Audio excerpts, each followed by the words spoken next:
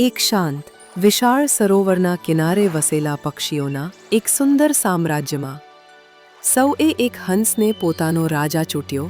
એ જ હિરણ્યગર્ભ હતો. તે ન કેવળ બળવાન હતો પરંતુ અત્યંત બુદ્ધિમાન પણ. હિરણ્યગર્ભમાં એક અદ્ભુત વિશેષતા હતી. તે દૂધ અને પાણીને અલગ કરી શકતો હતો.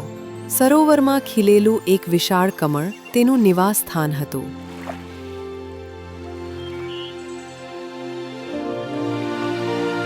એક દિવસ જ્યારે દરબાર ભરાયેલો હતો અને રાજાની ચારે બાજુ તમામ પક્ષી એકઠા હતા, ત્યારે અચાનક એક બતક ઝડપથી ઉડતી આવી.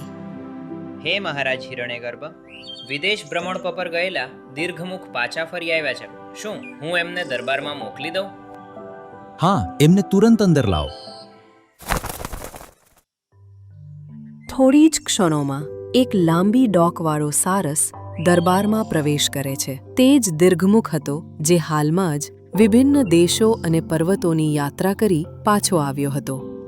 જય હો મહારાજ, હું આપના આદેશ પર વિદેશ યાત્રાથી પાછો આવ્યો છું. રાજાએ હસીને એને પાસે બોલાવ્યો અને ઉપહારોથી એનું સ્વાગત કર્યું.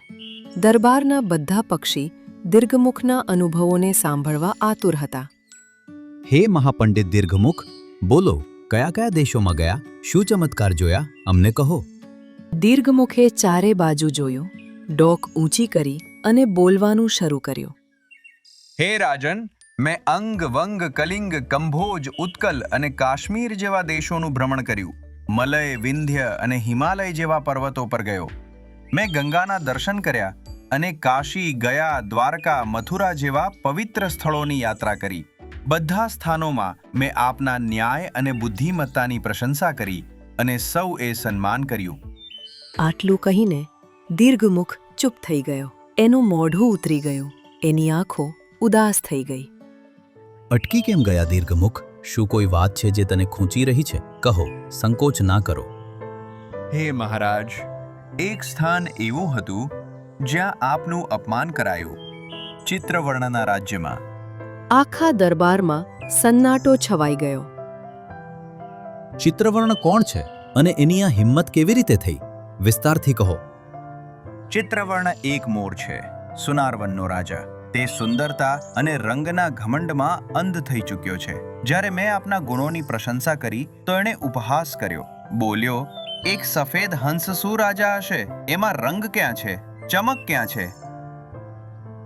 રાજા હિરણ્યગર્ભનું મોઢું ગંભીર થઈ ગયું. દરબારમાં કેટલાક પક્ષી ગુસ્સાથી ફડફડી ઉઠ્યા. તો ચિત્રવર્ણને રંગ પર ઘમંડ છે. આ કેવળ મારું નહીં, જ્ઞાન અને ન્યાયનું અપમાન છે. મહારાજ, જો આપની અનુમતિ હોય તો હું ચિત્રવર્ણની પાસે શાંતિનો સંદેશ લઈને જાઉં. કદાચ એને હજી પણ સાચા જ્ઞાનની જરૂર છે. પ્રબુદ્ધ, તમારા જેવા જ્ઞાનીને જ આ કાર્ય સોંપી શકાય છે. જાઓ અને ચિત્રવર્ણને કહો, અસલી સુંદરતા આચરણ અને વિવેકમાં છે, ના કે કેવળ રંગબેરંગી પાંખોમાં. આ રીતે એક નવી યાત્રા આરંભ થઈ. એક ઘરડા ઘુવડની બુદ્ધિ અને એક મોરના ઘમંડ વચ્ચે ટકરાવની યાત્રા. શું પ્રબુદ્ધ ચિત્રવર્ણના અભિમાનને તોડી શકશે? શું ન્યાય અને અહંકાર વચ્ચે આ સંગ્રામ શાંતિથી ઉકેલશે? જાણવા માટે જોડાયેલા રહો હિરણ્યગર્ભની આગલી સભામાં.